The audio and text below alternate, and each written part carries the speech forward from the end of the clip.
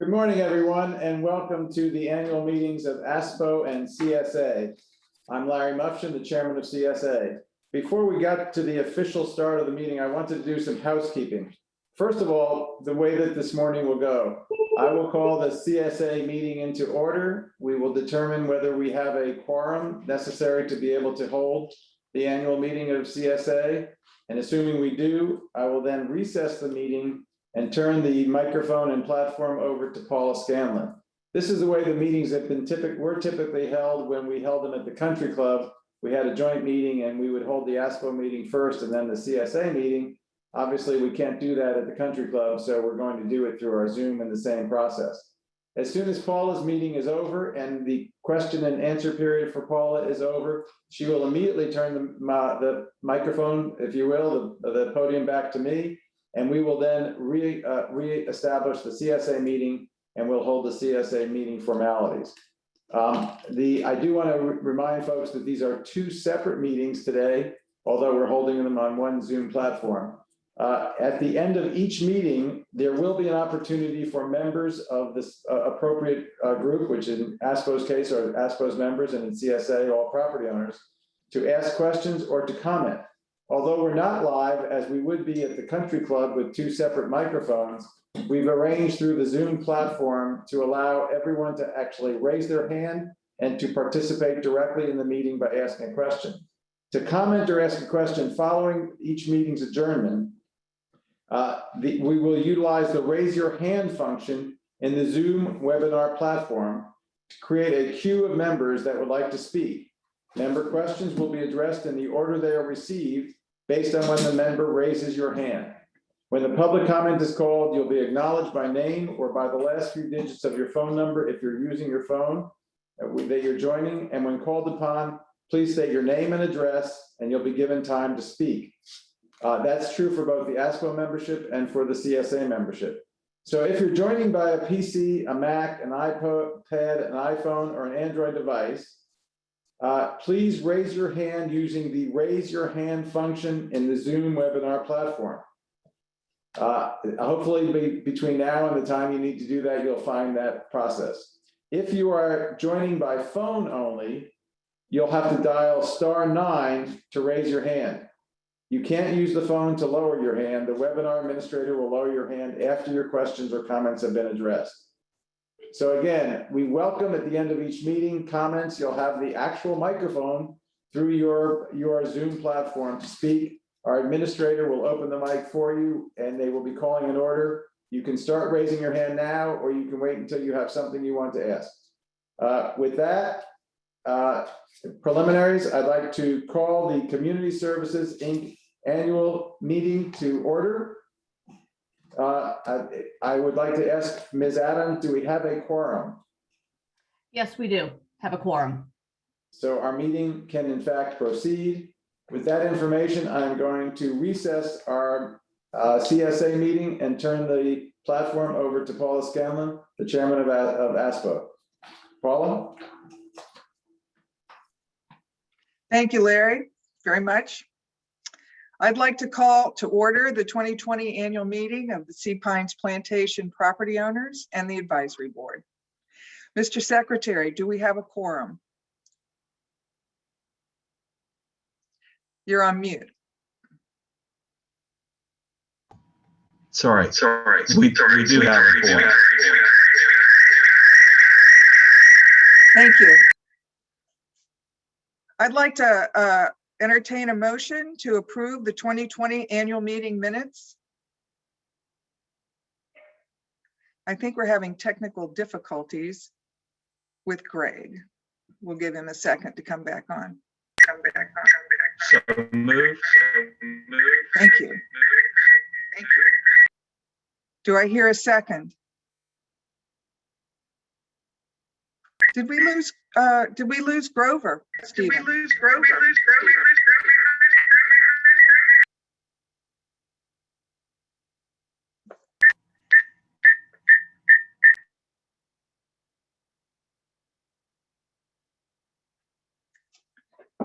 Pardon me 1 second.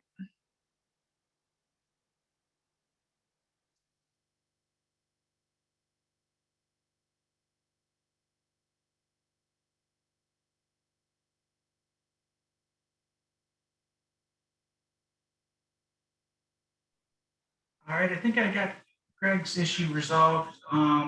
We did lose Grover, so we're gonna need to get him back on the line. I'm calling him. Yeah.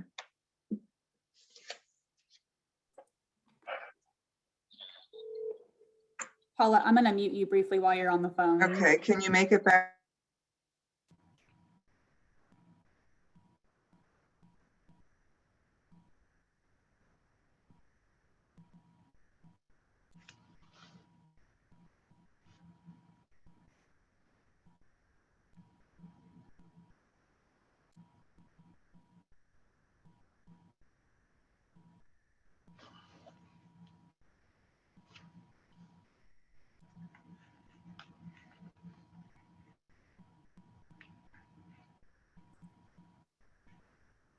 Okay.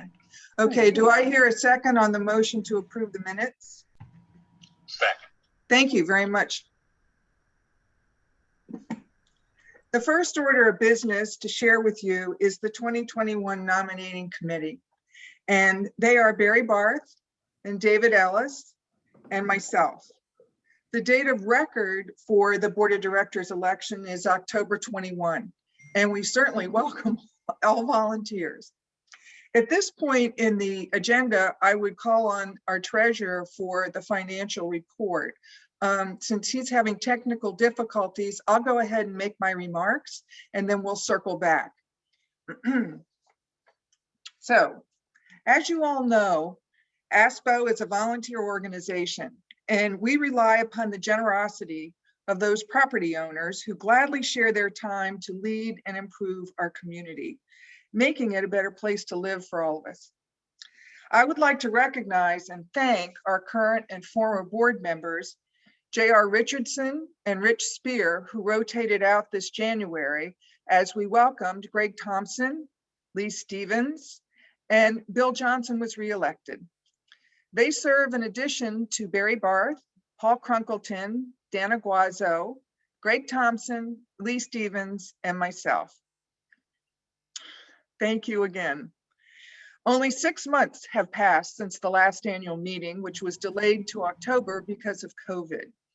In October, I shared some of our accomplishments were, very briefly, the launch of ASPO.net. That included our history, governance policies, archives of documents from our 49-year history, and our first membership directory, plus board packages, including agendas and business documents that are posted 1 week ahead of our meetings. We began the arduous task of collecting email addresses for our membership, and we began electronic communications. If you haven't received any emails from us, it simply means we don't have your email address. Please send it to us at info@aspo.net. We would really appreciate it, and just take a note that ASPO has 3 Ps, ASPPPO.net. Since October, we began exploring the separation of our administrative workload from CSA and are in conversations with several professional association management companies. We renegotiated our 2021 dues billing costs with BB&T, and we reduced them by half. We approved the proposed 2020 land use rules and forwarded them to the CSA Board of Directors. And lastly, ASPO and CSA jointly funded a lawsuit against the owners of 88 Lawton. And I'll talk a little bit about that later. We are beginning to see some results. On the newsletter, we've got pretty good readership. But as I just said, we don't have all the email addresses, and we can't get them from CSA. They are not able to share emails with property owners, so it's up to us. Please do not miss out on important information and the ability to participate in our surveys. Again, just go to aspo.net, click on Manage My Account, put your email address in, or simply email it to us. Land use management, which basically translates to making sure property owners maintain their properties according to covenant standards. Several years ago, and under different management, CSA was providing land use management oversight. The land use manager was half of the responsibilities of a full-time person, meaning half of a head count, and he was armed with the 2010 land use rules and regulations. So if a property owner was not keeping up their property, the only recourse that existed was to write a letter or an email from CSA. Our covenants would only allow Sea Pines, which in my mind and most of our minds is the first and best community on Hilton Head, to threaten legal action or proceed with a long and expensive litigation process if issues remained unsolved. For several years, ASPO maintained a land use committee, and 2 years ago, it became a joint committee with CSA. This team, shared by our Dana Guazzo and Rich Spear from CSA, reviewed all of the 2010 land use rules, updated them, and engaged legal counsel for review. Lo and behold, we learned that through the South Carolina Homeowners Act, CSA has the power to provide for an enforcement mechanism, so the ability to levy fines was proposed.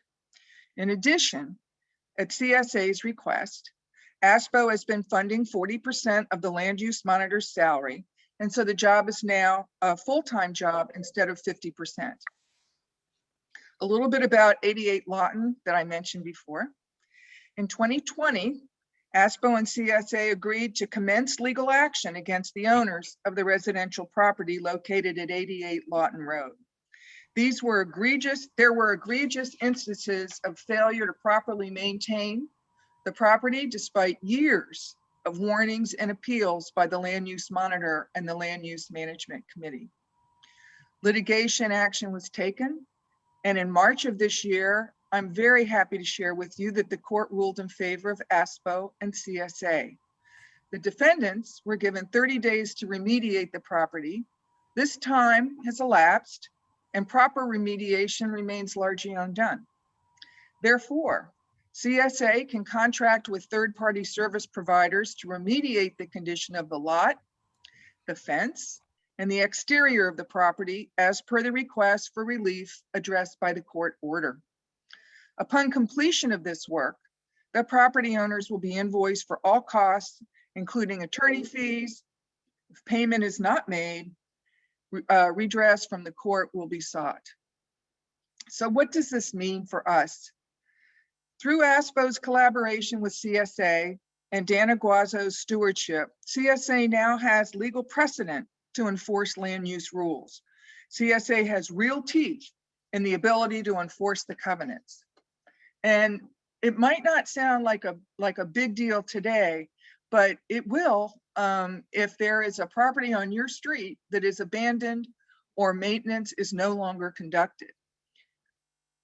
We now have a powerful tool to assure our premier community status in the years to come.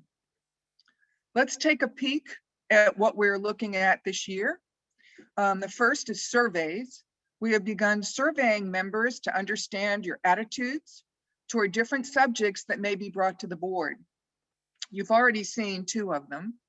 The first survey asked members if it is time to reduce the 75% majority vote required to make covenant changes. 70% agreed, 30% disagreed. Our covenant task force, which has recently formed, acknowledges this is a long, slow process. The first step is to better understand the covenants. And in case you haven't taken a look at them, they are a series of legal documents dated 1970, there are 3 in 70, 1974, 1984, and 1988. And that list does not include the 10 additional policies, procedures, processes, rules, and regulations. Last month, we asked if members believe that ASPO should address the leaf blower noise in residential neighborhoods created during landscape and pool maintenance. At this point, 77% have agreed and 23% have disagreed. We are also addressing the Jinx lawsuit. As much as I would love to give you the salient details on that, I have to use the old cliche that we do not discuss items under litigation. And lastly, a little bit about the Association of Sea Pines Plantation Property Owners name change. Last summer, our country experienced considerable social upheaval, and some of our island social mores came under scrutiny.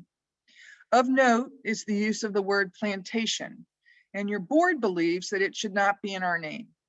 Also, we question the ability of the acronym ASPO to telegraph what this organization does. So this year we will move to a name more simple and straightforward: Sea Pines Property Owners Association, or Sea Pines POA. I hope this update demonstrates ASPO's value to you and commitment to our quality of life and improving property values. We have worked and invested our time on your behalf, and we will continue to do so. Our success depends on your input and communication with us. We ask for your suggestions. We listen. We're here for you. We residential property owners, as a combined unit, have the largest financial investment and emotional commitment in Sea Pines by far. This is our community. So please give us your feedback, send us an email, or join us at our next board meeting, which is May 20th. Together, and only together, we are Sea Pines. Thank you. And now I'm going to go back to the beginning of the agenda and call on Mr. Treasurer for a financial review. Thank you, Grover. Thank you, Paula. I'll first address the balance sheet, and then I'll go through the income statement and talk slightly about some of our budgeting for next year. As you can see on the balance sheet, operating cash, this is again through the end of last year, the end of 2020. We're around $10,000 versus $1,900 for the previous year. Total cash at $14,000 versus $82,000 the previous year. The main difference there, as you can see in the next column down under investments, is at the end of 20, we had more of our money invested in marketable securities versus in 19. And just a note on the marketable securities, we have a 5-year laddered approach where we're pretty conservative in our investing, but by investing, say, $50,000 increments over 5-year periods, we get more of a return than just putting all of it in 12-month terms. So we're fairly liquid and using the maximum return we can get to not be into the equities market. So our total investments year over year is at $396,000 in this past year versus $304,000 in 19. The prepaid insurance is direct and option insurance. So you can see our total assets at $421 versus $398 in 09. Accounts payable to CSA, and that's where CSA does our administrative work. So at the end of the year, monies that we owed CSA was $90,000 versus $52,000 the previous year, and of course that's been taken care of since then, as it always is. You can see our undesignated fund balance at $330 versus $344. So, we're pretty similar at $421 total liabilities and fund balance versus $398 the previous year. Number of members at the end of the year were at 3,660. 2019, we were at 3,537. So a slight increase in numbers of members. Moving on to the income statement.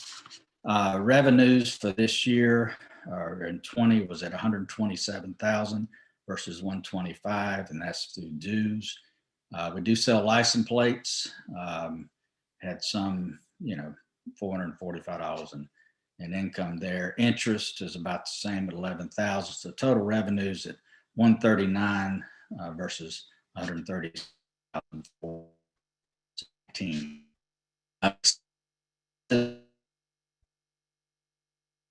Monitoring ASPO participates in the expense of that along with CSA and ARB. That expense was up from 20,000 in 19 to 36,000 in 20.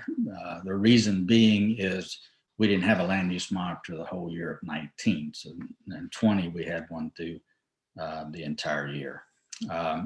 Insurance at 21,000, that's primarily the D&O insurance, the director and officer insurance. Legal and professional fees, that's a pretty big number. We're about 20,020 versus 23,019. 2 years, it was two different things we were handling. This past year was the suit against the house on Lawton. We participated 50% along with CSA on the expense of that. In 19, it was more of updating the covenants that needed updating for ASPO. Down under rent, that's just our percent of space that we rent the building in CSA. CSA service fee at 19,000. They provide our administrative help, and that's charges passed to us for their expenses. Bank service fees is lockbox fees, bills, dues, that kind of thing that the bank is passing on to us. This year, as compared to, you'll see, we had expenses kind of changed around. This year, we focused on creating a web page, which ASPO has long needed, and Paula mentioned briefly, and we all felt that was a great decision to bring us up to date with the world. And it'll be great that all of our membership will be able to go into that web page and be able to get updates of what's going on at Sea Pines, anything that's relevant to what we're doing. So we're excited about that. But the expense associated with that, we had some communication services at 6,300 and some website development at 18,000. Election down at the bottom, that's mainly your mail-in balance, counting the balance, printing bylaws, that kind of thing. So that was 13,000 versus 25,000 of the previous year. Again, we didn't have to print the bylaws this year. So total expenses were a little higher in 20, primarily due to the website development, which we're excited about. Going forward, we raised our dues from $35 to $50. So if you say you had 3,500 members, you're looking at north of $5,000. That will be greater than, or excuse me, $50,000. That would be greater than the previous year. So we're budgeting around $187,000 in revenues versus what we had the previous year at 132. So we should be a good year financially. Our goal this year will also to continue to add to our reserves and make ASPO all the more strong. So as we're going forward. So that completes my report, Paul.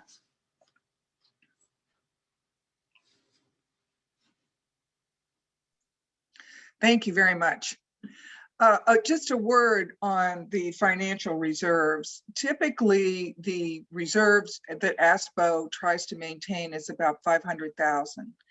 And while that sounds high, if we are to operate with any sort of strength, we need to have some reserves to put our money where our mouth is if the situation calls for it. So it's critical. We have spent down to, what was the reserve again, Grover? Was it 314? Let me get it here. Yeah. Marketable securities was at 380. 380. Okay. So our bogey is about $120,000 that we need to rebuild in there. And we're working very hard to do that. Thank you, Mr. Treasurer, for the report. We appreciate it very much. Good work. Do I hear a motion to adjourn?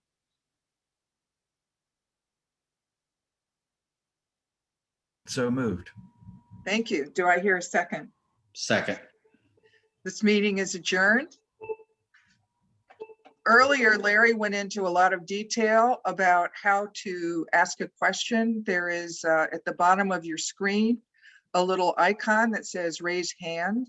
And if you have a question, click it and it will put you in a queue and you will be called on by our techno people that can figure out how to do all this.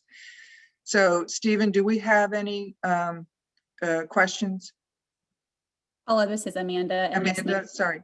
That's okay. Yes, ma'am, we do. Looks like the first question is from Mr. Ed Warner. Ed, I am going to unmute you and allow you to talk.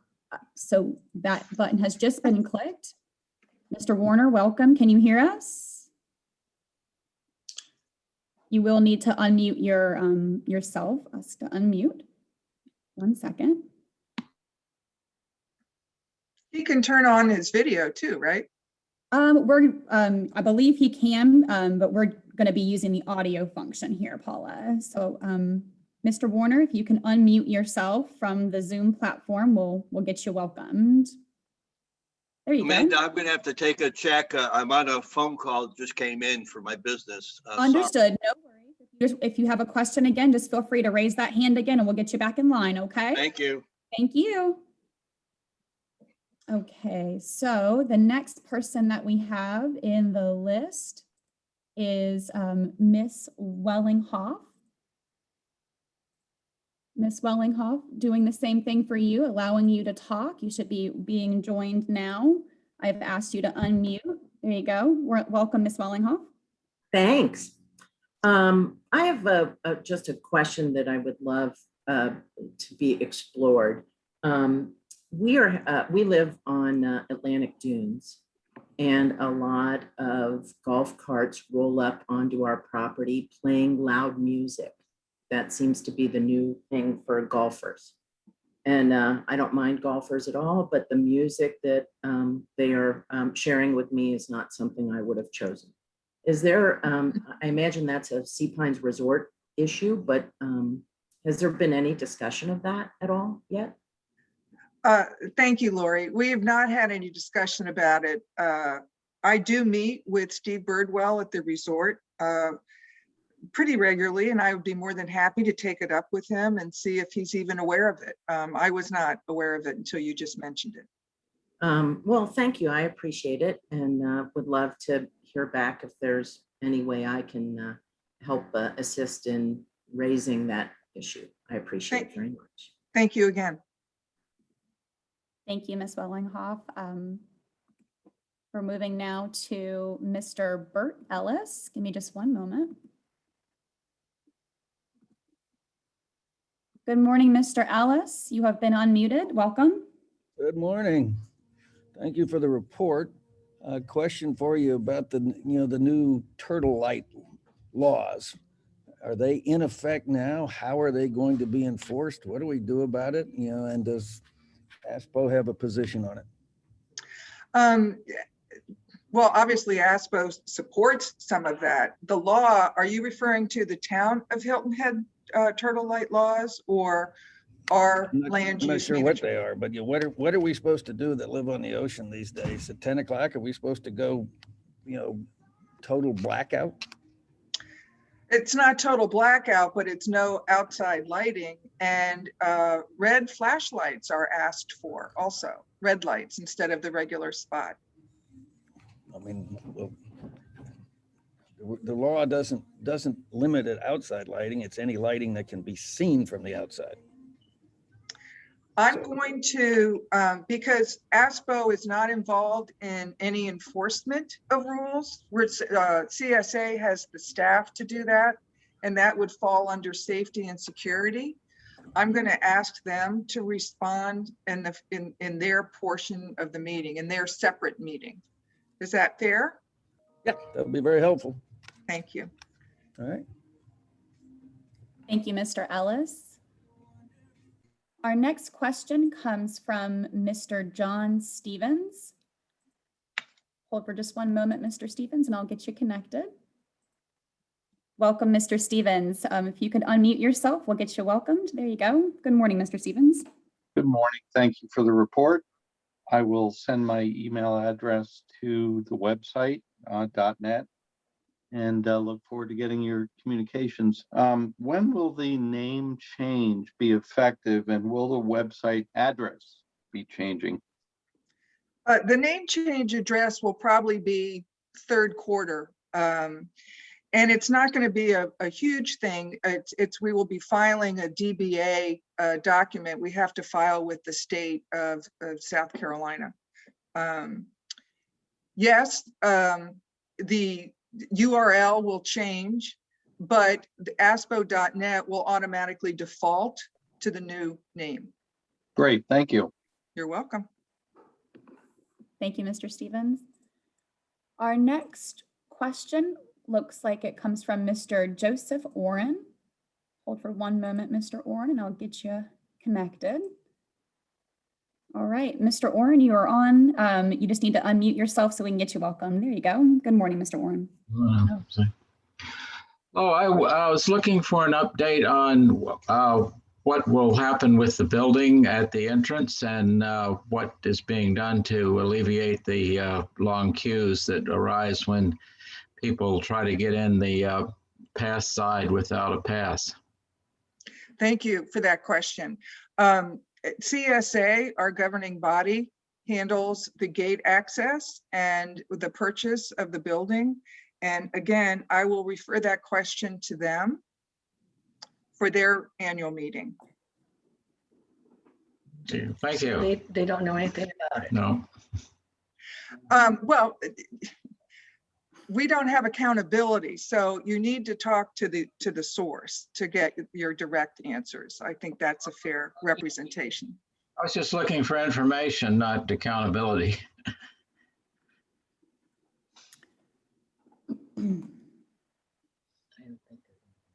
No. Okay, thank you. You're welcome. Thank you, Mr. Oren. The next question comes from Miss Jane Bush. Give me one moment, Miss Bush, and I will get you added to the queue. Miss Bush, you are on. If you unmute yourself, we'll get you on the platform. There you go. My question has to do with the survey that you said was 70% in favor and 30% not in favor to change the rule of the 75%. What was that for again? Basically, it was to gather opinions from the members to see if they felt like it was time to address the fact that it takes 75 plus 1% votes to make any changes in the covenants. In other words, the bar was so high. So 70% of the people agreed, yes, it's time to address it. It doesn't mean change it. It was just address it. 30% disagreed. So as a result, we created a covenant task force. And the first step is they're just looking at the covenants right now because it's a substantial piece of work. But it would still take, even to change that percentage, it would have to take 75 plus 1. Is that correct? That's correct. Yeah. Oh, and basically what you're seeing is 70% and 30% was close to what was needed in the you know, the 70% would not carry it. Yeah, you're talking about the referendum that was defeated. Yes, ma'am. Right. Thank you. Thank you. Thank you, Ms. Bush. The next question comes from, give me just a moment. Looks like it is from Cindy McKimmon. Ms. McKimmon, welcome. Hi, thanks for taking my question. Yeah. I'm sure we're all aware that the short-term rental situation has increased hugely on the island recently. Don't know what that's going to look like next year with COVID and vaccinations. But one of the things that I have a concern about is that every time there's a turnover, and in my neighborhood, there are many, the commercial real estate, the commercial blowers come in, and every time there's a turnover, they blow. And so my two questions are, is there some way of changing, and I think everybody would appreciate this who lives here, the time frame, as I understand it, is 7 a.m. to 7 at night that they can blow. It's more civilized, seems 9 until 4. You know, people like to sleep or people like to eat dinner, you know, and not have the blowing. And it goes on. And in my house, it's just like they're in the house blowing. So that's one question. The other question is, if they are commercial blowers, is there some way that we could require them to use something that is not this noisy, the gas blower, the pollution of it, the noise of it? And I don't know if there's new technology, electric, battery, I'm not sure, I'm not up on that, but it seems to me that because of the abundance of turnover, we're getting an abundance of blowing. Cindy, thank you. It's not even just the short-term rental turnover, it's homeowners that have weekly landscape operations done. Right. So we formed, I heard from at least three people independently last year about the noise pollution and the noise that leaf blowers make. So we formed a task force. They have been working diligently. They've made one presentation to the board, and we took a survey to see that, and we discovered that 77%, 78% of our homeowners agreed this was something that ASPO should really take a stand on. So the task force has been asked to come back to the board at the end of May at our meeting, and they will present their findings and recommendations. Now, because we are a volunteer property owner only organization, we will recommend something strongly to CSA, but it rests with CSA and their board to approve whatever, and also to attach enforcement with it. We do not have powers to enforce. I realize that, but I would ask, if I know the noise has been the primary concern as it is for me as well, but I would also think that in this kind of day and age, we could look at the timing. 7 in the morning to start blowing is horrible, and 7 at night takes us through our dinner hours. I mean, I don't know that people are bringing up the fact that the timing that's allowed on this, it's awful. Yeah, they have, I asked them specifically to look at timing. They have once, and they're going to look at it again as well. Also, the technology has been able to, has leapfrogged, I guess you could say, into this century. And there are many, many options available at much lower decibel levels. So join us for the May board meeting. Thank you. Okay. Thank you, Ms. McCammon. The next question comes from Mr. Greg Whitaker. Just give me a moment. I will welcome you, Mr. Whitaker. Mr. Whitaker, you are on the line. If you can unmute yourself, we'll get you welcomed. There you go. Thank you. Thank you very much. Sure. And thank you, Paula and group, for very good information. I have a question about refuse and recycling collection. I'm here on Governor's Lane, and one thing, and I'm sure others have noticed, is it seems like just a constant barrage of garbage trucks coming through, and perhaps this has been considered in the past. But would we consider, I guess, contracting with one purveyor for refuse and recycling collection, and then leave it up to homeowners if they want to join with that one purveyor? Has that been considered or even surveyed of homeowners?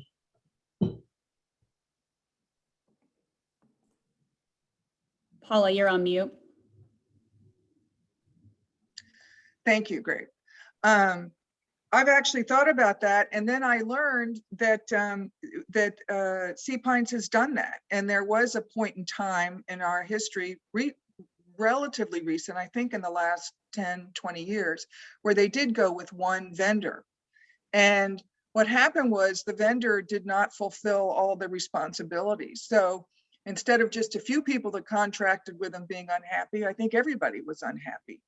I mean, it's beautiful to have the leverage of the negotiating power of all the homeowners, but the follow through was pretty weak. So I'm not sure that solves the problem. Okay, do we sense that there's any appetite to revisit that at this point? Are there new, and we're relatively new to the area, are there new collection companies that would maybe be willing to put a little extra effort into this and be consistent? I would be happy, the leaf blower task force, because they're working with noise pollution. I would be happy to ask them to take a look at it. And once we work through the leaf blower noise, you know, consider that a baby step and start looking at other things if there are feasible options. So Okay. thank you. That'd be great. Thank you. Thank you, Mr. Whitaker. Our last question looks like it's coming from Patrick Bear. Give me just one moment, Mr. Bear, and I'll get you welcomed. Hope I pronounced your last name correctly. I apologize if I did not. Welcome, you have the floor. If you want to unmute yourself, Patrick. Yep, and it is fire, but that's okay. Fire, thank you so much. No, that's okay. Hey, I get called a lot of worse things, but hey, thank you for everyone's time. I know it's hard to be on these boards, but I think ASPO does a great job. One of the things that drove us to Sea Pines is structure. And I think we've lost a little bit of our structure through the years. The paint colors down in Harbortown, I think a lot of people have voiced their opinion on the colors that we didn't appreciate. I agree with Cindy, the noise on the blowers, there should be some time limits on that. So, and maybe this is more CSA, but it seems like we haven't been policing our neighborhoods like we used to. And I've been here for a while, and it's an observation, it's an opinion, but I wanted to bring it up. I think we've lost some of our policing in our beautiful community, and just wanted your thoughts on that. But more important, the colors down in Harbortown, how they got away with that. I just don't know how that happened. So just looking forward to some feedback from the board. Thank you very much. A couple things. One, the structure. I don't know if it's as much we lost structure, or did CSA really have the ability to enforce a lot of what the covenants had asked for. And I do believe that with the double hit of having a legal precedent now for land use management and the 2020 land use management rules, which are posted on the CSA website, the originals are on our website. I think you will see, and a full-time land use manager, I think you will see a lot more structure than you have in the past. That's one thing. With regard to the colors at Harbortown, it's funny because here we are at the ASPO annual meeting and the CSA annual meeting, and neither one of us had the influence because it was an ARB decision. And so perhaps one of the things that our task force, covenant task force, will look at is how is ARB so independent that surprises pop up like that? And is there a better way to bring this stuff to fruition? Paul, I mean, great response. You're right. It doesn't seem like ARB's got, some people can't get a one shade of white approved for their paint on the outside, and then you see this at Harbortown, and I think that's what's got a lot of people confused. Is they're so structured on people what color they paint their house, and they're trimming that, and then all of a sudden you see the colors down at Harbortown, and I think that's what got most people more upset than anything. So yeah, no, I hear you. Grover. Patrick, I'll speak to that. It was not only an ARB decision, but it was because of the proximity that it is to the water. It was a town of Hilton Head decision. So I think they initially. Oh. That's okay. I think I got the gist of what he was saying. Okay. All righty. Thank you very much. Oh, thank you, Paula. Thank you again, Patrick. Amanda, that was the last question, correct? That is correct. Yes, ma'am. Okay, good. Then we will say goodbye and thank you for joining us very much. Thank you, Paula. Thank you, Paula, and welcome back. And I will call back in and reconvene the annual meeting of Community Services Associates, Inc., which we still have a quorum. We had a quorum for, and we will continue with that meeting and go to the agenda. The first item on our agenda, I'm sorry, before we do, I just want to remind folks, those who have been watching can see how easily it is for you to comment or question by raising your hand. To do so, again, we are utilizing the raise your hand function in the Zoom webinar platform. Member questions will be addressed in the order they are received based on when you raise your hand. And when you are called, as you can see, Amanda will call you and you simply will be addressed. You unmute yourself and you can address Sam and me and Dave Borghese, our treasurer, as you see fit. I should note that Sam, Dave, and I were all listening to the questions that were asked in the ASPO meeting, and the extent that Paula appropriately sent the question back to CSA, we will try to address them during our remarks or at the end of the meeting. Just reminding you, if you are joining by a PC, Mac, iPad, iPhone, or Android device, please raise your hand with the raise your hand function in the Zoom webinar platform. If you are joining by phone only, you simply dial *9 to raise your hand, and you won't be able to lower your hand, but you don't need to do that.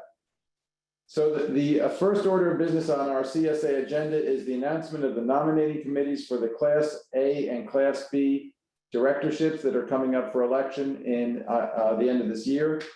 The nominating committee for Class A is chaired by Bill Johnson, with David Ellis and David Pardue as its members.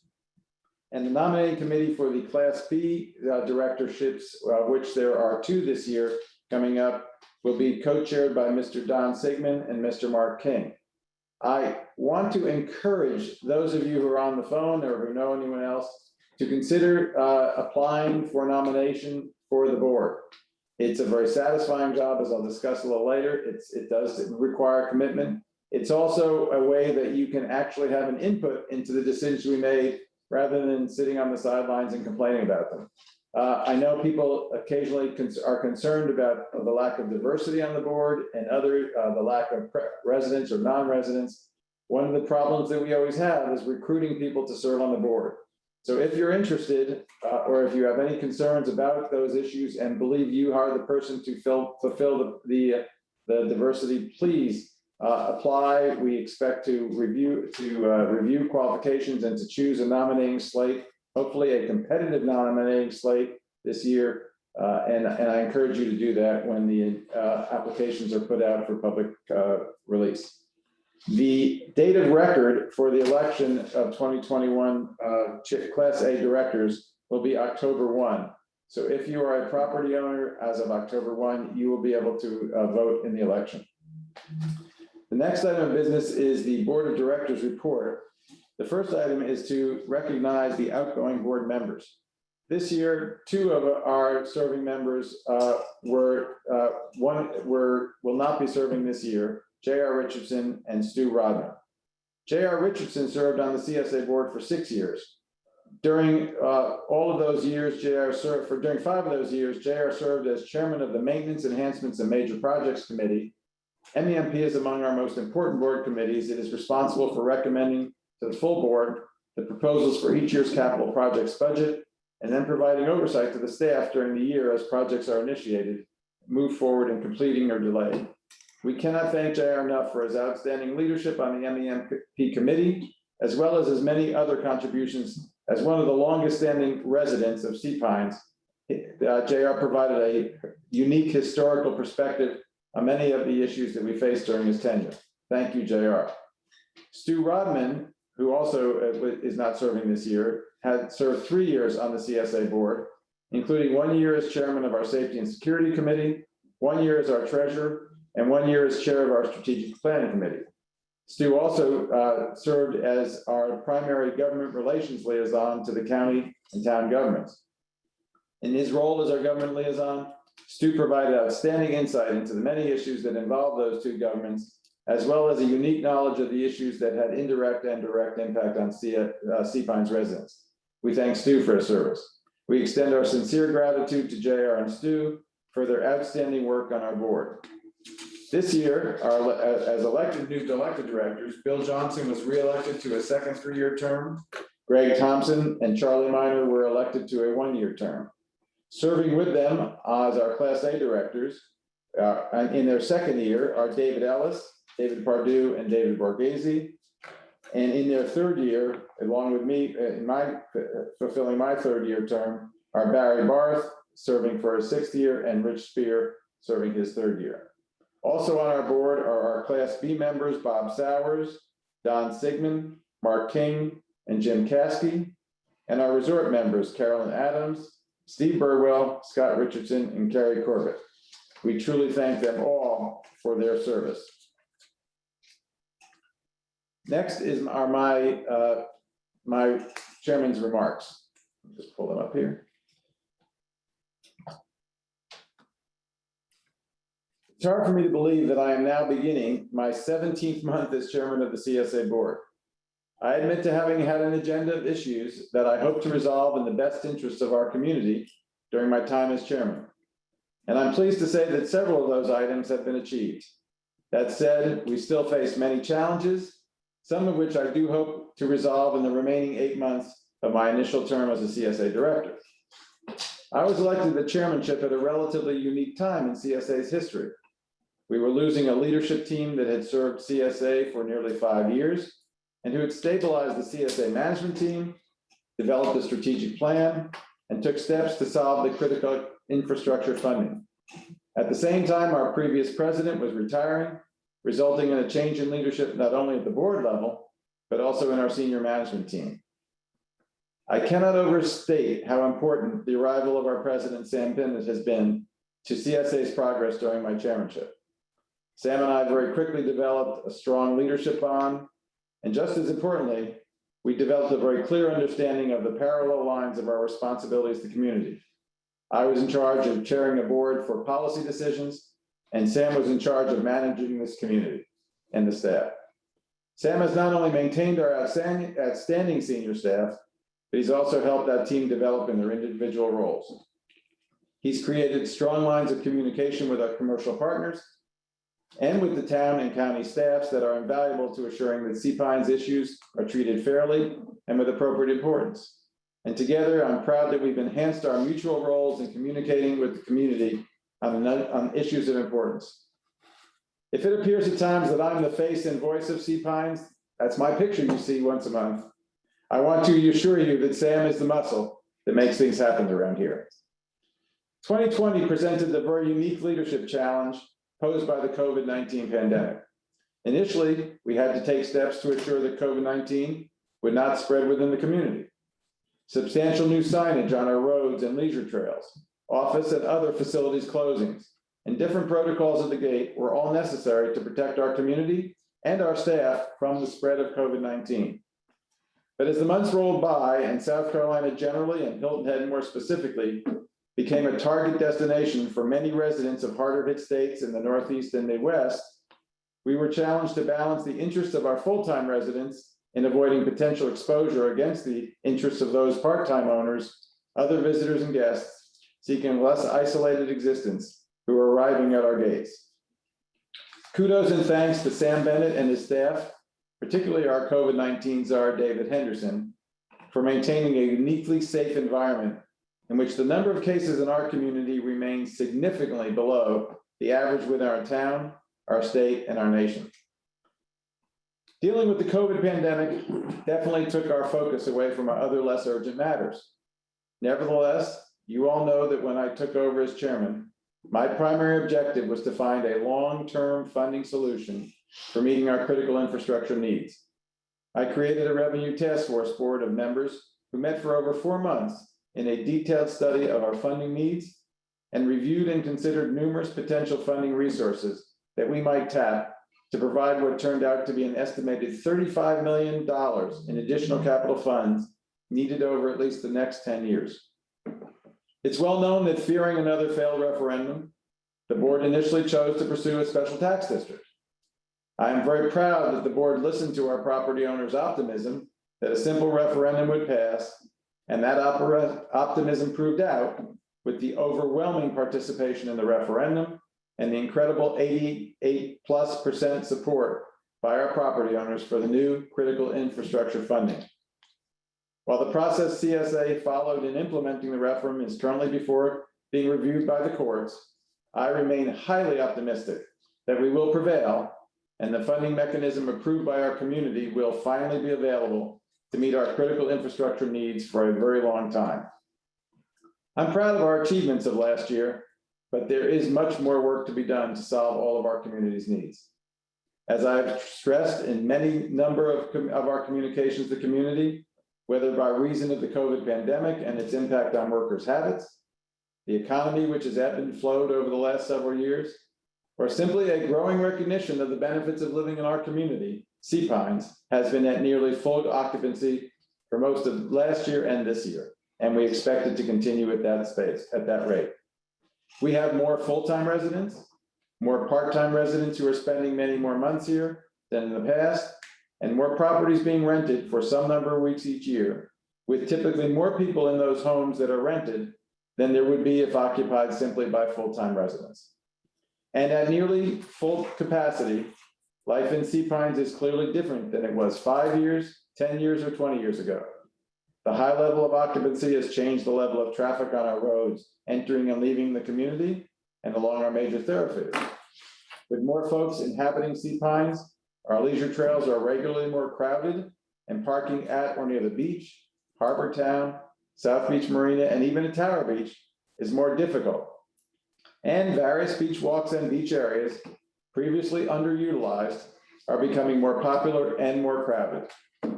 And the level of occupancy has exacerbated an already problematic issue with our staffing levels in our key areas of security and maintenance. I must note, since I became involved in CSA, first in committees, then as a director, and now as chairman, there has never been a time when we were fully staffed in our security or maintenance departments. COVID-19 obviously aggravated the problem, as we needed to allow some of our more senior staff to take appropriate leaves of absence for their own protection. As Sam wrote to the community a few weeks ago, and as many other news outlets have highlighted as a problem throughout Hilton Head, we are already having difficulty recruiting and maintaining the level of staffing that we budgeted based on our usual occupancy in Sea Pines. We simply have to expect to pay highly competitive wages in order to induce qualified and quality people to make the commute to the south end of our island, rather than taking positions closer to the bridge or in one of the many off-island communities that are also rapidly growing. And we must recognize that those previously budgeted levels of staffing are not now and will not in the future be adequate to maintain Sea Pines as a premier community. It is time to recognize that we must raise more revenue than our current assessment levels, gate fees, and other miscellaneous sources are able to provide on a sustainable basis in order to attract and maintain a high level of professional staff in all of our CSA departments.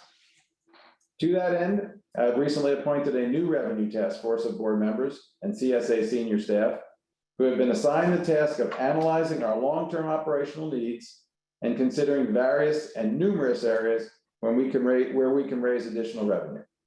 They have also been asked to consider whether we should be seeking more revenues from those groups who may be creating the greatest need for additional resources, whether it is particular property owners, guests, or visitors. All potential resources will be on the table for consideration, with my goal of introducing new revenue resources well before the end of this year. Our goal should be able to appropriately budget for the increased operating expenses necessary to meet the challenges of the new and future Sea Pines environment.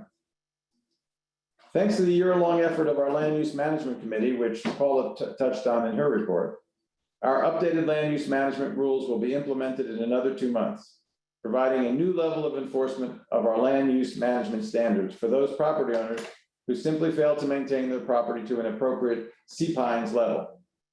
Our goal with these rules is truly not police level enforcement, but rather voluntary compliance after reasonable notice. I also want to emphasize that these rules apply not only to residents who are occupying their homes, but also to family guests and guests of property owners and renters, and to those property owners who invite or rent their properties to those guests and renters. We will not hesitate to impose fines where a property owner or their guests or renters refuse to comply with our standards, even after several opportunities to do so. Sea Pines always has been, and must always remain a very special, premier community. We simply cannot tolerate a very few occupants of properties ruining our neighborhoods at the expense of the very many property owners who comply. I'm also hopeful the board will have the opportunity to consider reasonable regulations on the noise generated by the equipment that is used to upkeep our lawns and driveways in our neighborhoods by our landscapers and our property owners. I hope this answers that question that was asked during the ASPO meeting. Probably the most numerous complaint I get as chairman is the amount of noise heard every day from leaf blowers and lawnmowers. As technology has dramatically improved, there's no reason that given an appropriate transition, our community cannot benefit from significantly quieter machinery. Our MEMP committee will be studying the issue in the next couple of months with the hope that we can act on some recommendations by the fall leaf blowing season. Another issue I hope we can begin to address is the problems associated with the lack of adequate parking, not only near the beach, but throughout many of our neighborhoods, where the narrow streets simply will not accommodate on-street parking. We need to balance the desire for property owners and their guests to park more cars than may be accommodated on their driveways with the need to maintain a safe environment on every street for cars, trucks, and on occasion, emergency vehicles. A task force of our CSA board members is working with CSA staff to develop potential guidelines that we can adopt this year to resolve this problem. Finally, as the questions were asked and as Sam will discuss in more detail, I am very hopeful that our issues with the town planners will be resolved so that we will have the opportunity to weigh a variety of alternatives for the Gallery of Shops building. There should be no doubt that the investment in the gallery was and remains a good one, not only in assuring that we control the use of that space, but also simply as an investment in our reserve portfolio. But time changes priorities, and Sam is working on recommendations that I hope the board will have a chance to review this year for that building as part of the Greenwood corridor. There are many issues that I anticipate being addressed this year. Many called to my attention in emails from our property owners. While I may not be able to assure any particular property owner who writes to me or Sam that their issue will be addressed to their liking, I can guarantee that every issue brought to our attention will be considered and addressed in the best interests of the community as a whole. That said, as I have indicated in many of my monthly letters, there's only so much CSA can do to solve many of our problems our community faces on a daily basis. We can post bigger and more detailed signage indicating the appropriate lanes to use, and we can add additional staff at the gates during peak periods. But that will not eliminate every visitor's decision to use the left lane when the right lane is appropriate for them. I wish it would. There's nothing more frustrating. We can set speed traps and speed detecting signs on our major and secondary roads to seek to slow down drivers. But I can assure you, as anyone who drives our roads on a daily basis, that won't eliminate speeding by many property owners and guests. We can increase the sign and number of our signage and number of signs on our bike paths, but that won't eliminate the uninformed bikers or drivers who don't understand or simply refuse to accept that automobiles have the right of way in South Carolina where a leisure trail crosses a road. Again, certainly one of the most frustrating things we all endure now during almost the entire year, but that's the uninformed, and there's almost so much we can do. We can stop e-bikes from being rented in Sea Pines by outside vendors, but we're not likely to catch every e-bike that is brought in by property owners and short-term renters on top of or in the back of their vehicles running straight through the gates. So today, beyond what CSA can do to address these concerns, I'm asking each property owner and member of CSA to do what they can to achieve general compliance with our rules. That means not only complying for themselves, but also doing what they can to make sure that our guests, whether it is a family member or a friend or a short-term renter, are fully informed of what we expect of them when they're in the community. If we all take on the extra responsibility of meeting our community standards and assuring that our guests and renters will do as well, I believe that many of the issues brought to Sam and my attention by appropriately disgruntled property owners can be mitigated, if not eliminated. We need your help. It's simply a matter of making sure everyone you know who comes to Sea Pines knows what the rules are and tries to comply. As a final note, I'm often told by many of my friends and neighbors that being chairman of CSA is a thankless job. In fact, the opposite is actually true. I'm regularly thanked in person or by email, not only by those friends, but also in many, many emails from property owners I've never met and probably never will meet for taking on the volunteer position of chairman of the board. And I suspect the same is true for my fellow volunteer board members. We all love Sea Pines. And when there are problems here, we board members suffer the same way as all of the other property owners and their neighbors and friends do. It's an honor and privilege that we have been trusted by our membership to consider and take the actions needed to be sure that Sea Pines remains the premier community in Beaufort County and a place where future visitors want to invest in our properties at values that will continue to rise. And I can assure you that every act that the CSA board and staff take will be for the betterment of our community as a whole and the maintenance of Sea Pines as a premier residential resort community on Hill Head. I thank you for your attention and support, and I will turn the microphone and the camera over to my good friend, Dave Borghese, our treasurer, for our treasurer's report. Thank you, Larry. Good morning, everyone. I'm glad to see the fine level of attendance that we have today. First order of business for me is to thank the members of the Finance Committee that include 9 residential volunteers. They provide great insight into our financial issues, and I certainly appreciate their comments and concerns. So thank you. What I'd like to do is to tell you today that our 2020 year-end financial statements were examined by our external auditors, Elliott Davis. They report that our financial statements fairly present the financial position and results of operations, and those financial statements and the audit report are posted on our website. Additionally, on our website, you will find that there is a property owner report, more or less a management discussion and analysis, which provides more detailed information than you'll find just in the financial statements. So I hope that you will have an opportunity to review those at your leisure. They too are posted on our website. The screen before you is a high-level summary and provides a little bit of a brief overview of a comparison of our 2019 to 2020, as well as the budget for 2021 that's out there. And I will note that in 2019, we had some special assessment revenues from hurricane issues, as well as expenditures related to hurricane cleanup. I've eliminated those from this analysis in order to provide a better comparison to 2020. And you will also notice on the left-hand side under operating expenditures that I've eliminated the non-cash expense of depreciation. Just to give you a very quick overview of a comparison between 2019 and 2020, the revenue change resulted from less gate revenues of approximately $219,000. And that is net of and then the total difference is a net of an increase in residential assessments of $124,000 and an increase in other income of $58,000. I think you will notice at this point in time last year, we were expecting our gate revenue to decrease quite substantially. And that really did happen in March, April, and May, and but came roaring back in the last 2 quarters of the year, so that our decline in gate revenue was only $219,000 when we had expected it to be closer to $800,000 or $900,000. Expenses increased by $455,000 due to an increase in our safety and security of approximately $475,000 as a result of increased insurance premiums, as well as wage inflation that we needed to initiate in order to maintain staffing levels of our security department.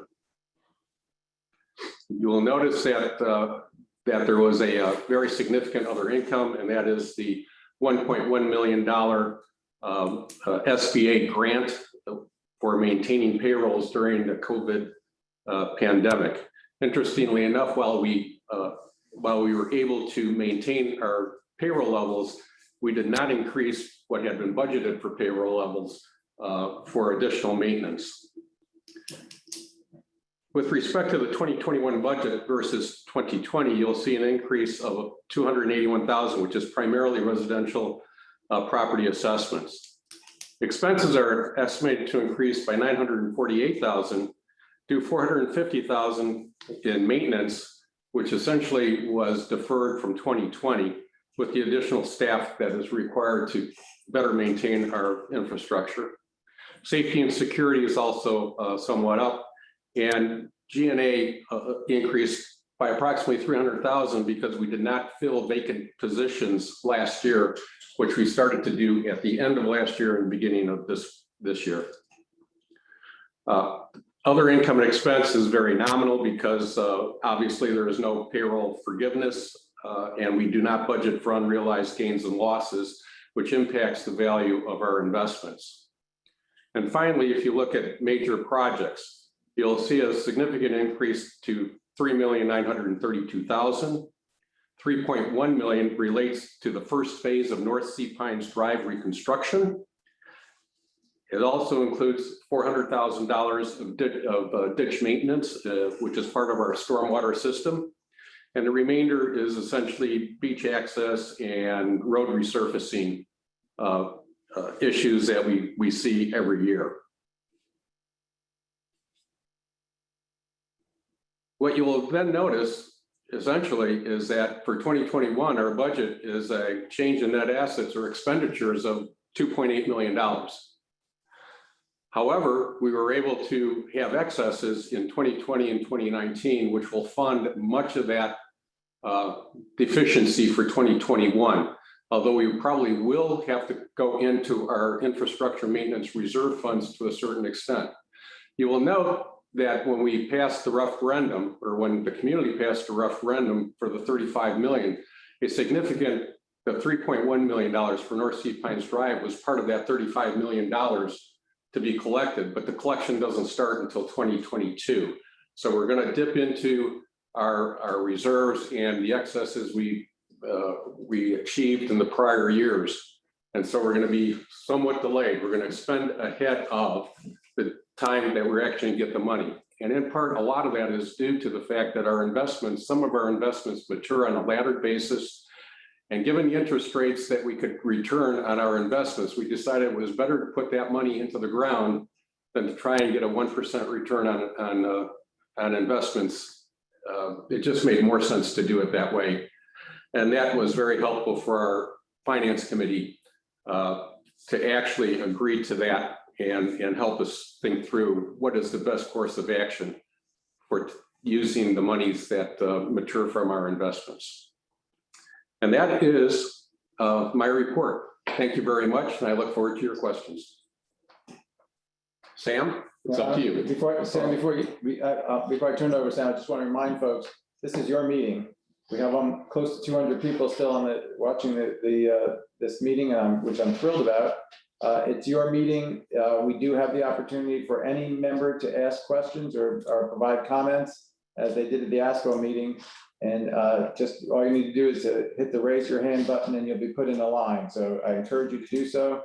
We're happy to answer questions and hear the comments of the membership. With that, I will turn it over for the president's report to Sam Bennett, our president. Thank you very much, Mr. Chairman. I will do my best to not repeat the things that you and our treasurer, Mr. Borghese, have spoken about. But a couple of things I did want to touch on for the community. Looking back to 2020, it truly was the year of COVID for us. It was unprecedented times in Sea Pines. Our organization was not without impacts, and a number of our employees and their families were impacted. At times, we were less than staff levels we wanted to be, but those things have turned around. Employees are now being vaccinated. The majority of our employees are under the age of 60, so they were in the last group of folks to be vaccinated. But as they go through their first and second rounds of vaccinations, we're moving back towards a more normal operations, and we're excited about that. Our offices will be opening back up, and our public spaces will be opening back up with the community center. Tower Beach is back to full capacity. If anything good for CSA came out of COVID, it was the challenges it created for engaging with our community and our property owners. And the biggest benefit for us was our enhanced use of technology, just like we're doing today. We were able to get our committees up and running later on in the year using Zoom and other platforms, and we've had a very, very high level of engagement amongst the community. We're able to have property owners who are not full-time residents or not within the gates of Sea Pines engage with these committees in ways they haven't been able to do in the past, and there will be much more of that coming. It's a great tool for us. It allows a broader group of property owners to be involved, which is what we as an organization, as a board want. And it's allowing us to explore other things. Our hope is, as we move through 2021, we're going to be able to offer online voting for our board of director elections this fall, which is exciting for us. That's something that we're working on right now, and hope to bring back to the governance committee and the board in the near future. It's been touched on, but I would like to reiterate short-term rentals. and then the capacity of the community as we move through the second, third, and fourth quarters of 2020. It was overwhelming at times for us as a staff. It was unexpected. With COVID, staff did a great job dealing with it. But what we've seen is the number of short-term rentals rise. Currently, we have 2,100 short-term rentals registered with CPINE CSA. However, we think there are a number more that are not registered with us, that don't use the gate pass facility, that just bypasses straight through the gate. So we think that number is actually low based on the number of short-term rentals we have. And it puts some challenges to us as we try to work through safety and security and making sure that our guests, we're acting appropriately and doing things as they should. We don't think the trend's going to go away. Short-term rentals are here. They're going to be here. We hope there will be a point where things equalize, but it's something that we will be working hard to make sure that we're able to handle and that we protect the quality of life in Sea Pines for property owners, for visitors, and for guests, and those folks that come through our gates. The lumber rules, which the chair talked about earlier, will certainly help that. There, a large component of those actually relates to short-term rentals as well as property management. Critical infrastructure referendum has been talked about previously. I did want to give a quick update to the community on that.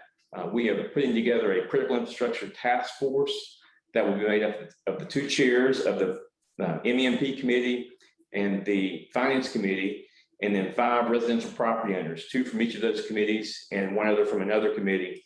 And that committee will help CSA work through prioritizing the money that's coming through the critical infrastructure assessment starting in 2022. That committee looks to begin work in July. It will be a very public and very transparent process, and we will have more to talk about with that in the near future. Probably the biggest issue that I as president get from the community on a very regular basis relates to what I would call the Greenwood Corridor. And when I say the Greenwood Corridor, I mean from the Sea Pines Circle down Greenwood Drive, including the gallery shops, and to the gates.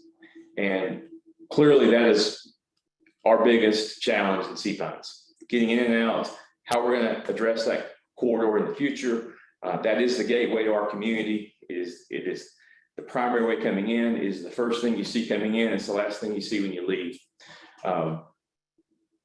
Just so the community is aware, using 2019 numbers versus 2021 numbers, we saw gate passes, either sales or property owner gate passes, increase by 12% from 2019 to 2021. So the volumes of folks coming through that Greenwood Corridor using Sea Pine Circle, going through the gate, is going up. It's gone up 12% in 2 years. A better number for me, and maybe for the community to understand also the challenge associated with that corridor, is on an average week, 45,000 vehicles pass through that corridor. On a heavy week, 90,000 vehicles pass through that corridor. That's an amazing number of vehicles to go from a 4-lane corridor to neck down into a 2-lane Greenwood Drive. The Sea Pine Circle, the Greenwood Corridor, the gallery of shops, and the gates all have to be looked at in a comprehensive way, so that the board and the community can make the best decisions on what that corridor needs to look like and how it needs to function. That is going to be one of the #1 priorities, if not the top priority for us as an organization moving ahead. The town of Hilton Head has undergone recent leadership changes. There's a new town manager on board. There's a new, they are hiring for a new community planner. I've had extensive conversations with the new town manager, and they understand how important this corridor is to Sea Pines, and really how important it is to Hilton Head. The experience of coming to the south end of the island relies on the ability for that corridor to function. And with the coming, with the toll road going away in July, the volumes of traffic coming through that corridor, we don't expect them to go away. We've done a lot of improvements recently in terms of staffing at the gates to try and alleviate some of the challenges. We've added additional personnel during peak periods.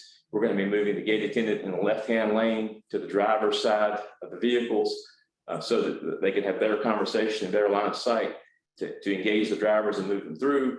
We're also planning for additional signage, some of which you've seen, but those are short-term fixes. The real fix for that corridor will come through a master planning from the circle through the corridor to the gate, and including the gallery of shops in that master plan.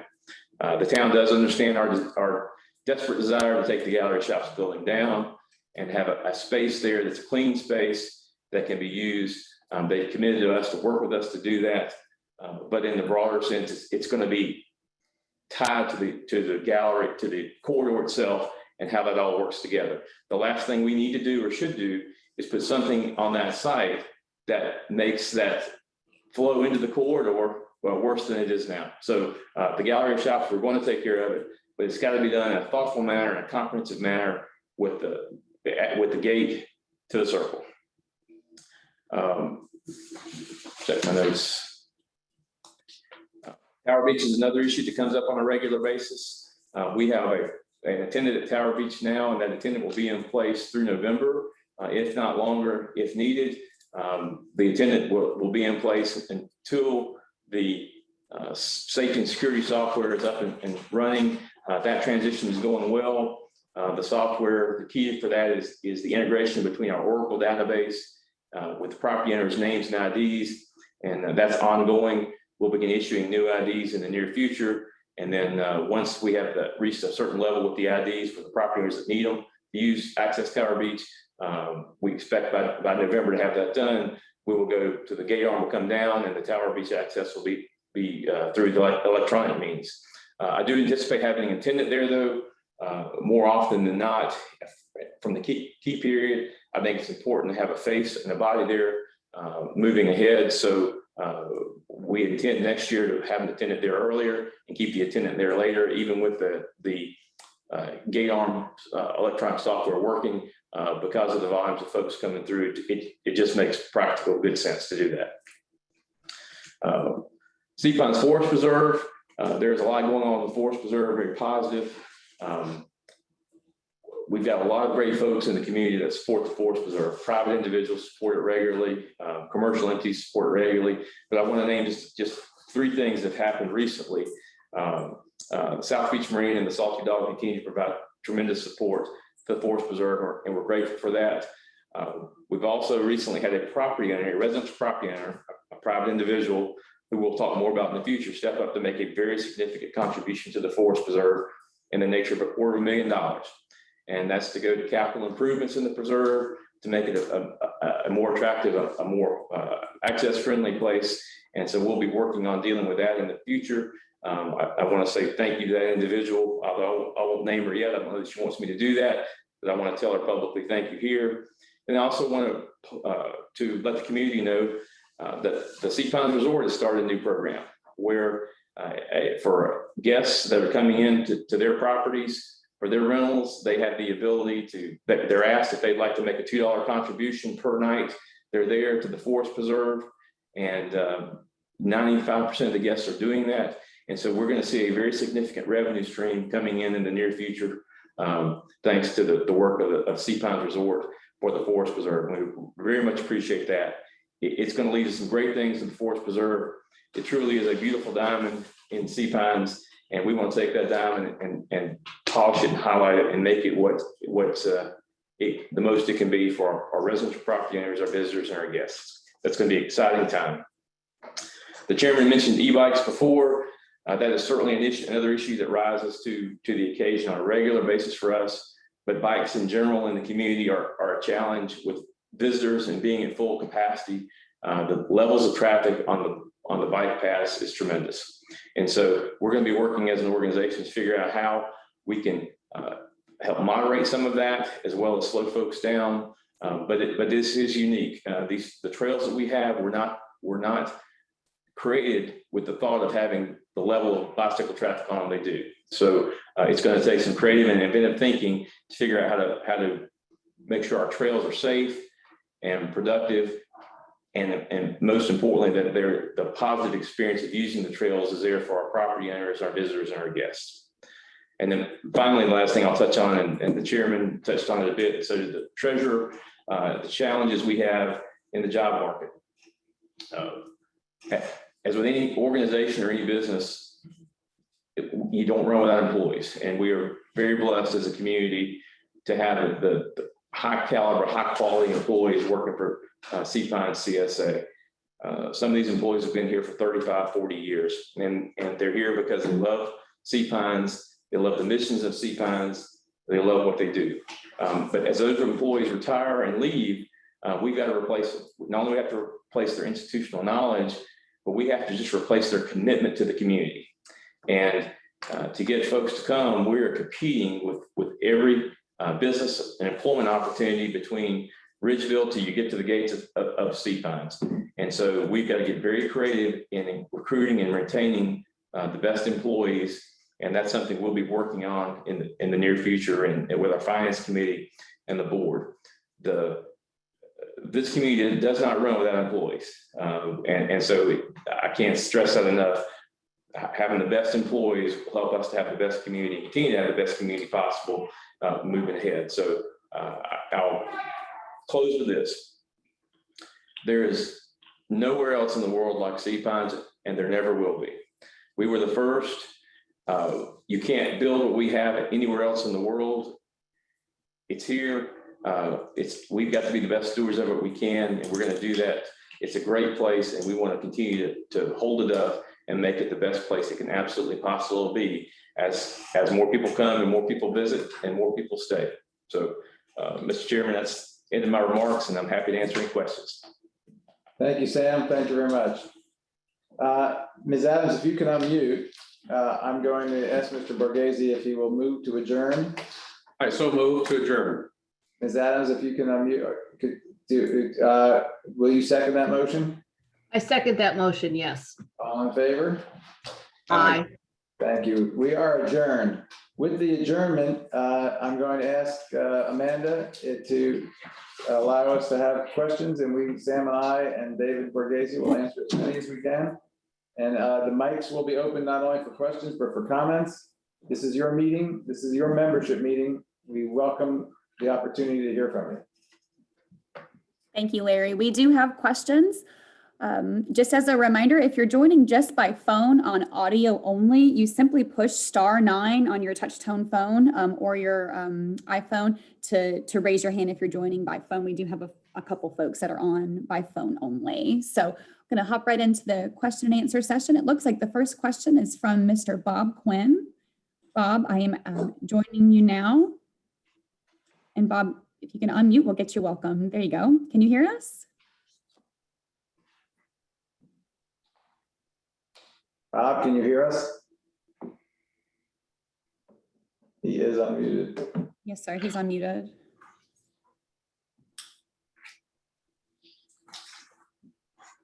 Bob, can you hear me? Amanda, why don't we put Mr. Quinn back in line, and I'm sure he'll fix it up, and let's go to the next person. Bob, we'll get back to you. Yes, sir. The next question comes from Cindy McKimmon. Ms. McKimmon, I am welcoming you to the floor. If you could unmute yourself, we'll get you welcomed. There you go. Good morning. Thanks. Some of this stuff you've already covered. You did hear the ASPO discussion on the leaf blowers, commercial leaf blowers contracted. So I won't go into that, but the time frame, again, the 7 to 7, I think is onerous to all of us who live here. I think 9 to 7 is more, 9 to 4, excuse me, is more civilized. So I made that point on the ASPO meeting as well. The other thing is that with the bike riders, I know that's a horrible problem with the number of renters that are guests that are coming in here. I'm just throwing this out. I don't know if there's a way of saying between Memorial Day and Labor Day or something like that. There's a real problem with these people who come in, I'm just going to say it, in their spandex suits, and they think that they should not be on the bike trails because they're speed bikers or something, and they want to be on the road. And so it seems to me that the situation with these people who refuse to use the bike trails because they want to be bikers, that's a problem as a car driver, because you've got to be careful not to hit them. They're on curves. So that's something that I think is a problem that needs to be looked at as a separate issue. Are you hearing me? Yes, ma'am. Yes, Cindy. No, didn't know if I'm talking to the wind here. No. We were listening and taking notes. Anything else? Was that it? I'm happy to respond to both. No, that's fine. The other thing is that I live in a community that is patio lots. There's a house that was approved next to me that technically they are listing on VRBO, and also the fact that VRBO is available here. There's no management companies anymore. There's nobody looking after what's going on because of the number of VRBO situations that are going on in Sea Pines now.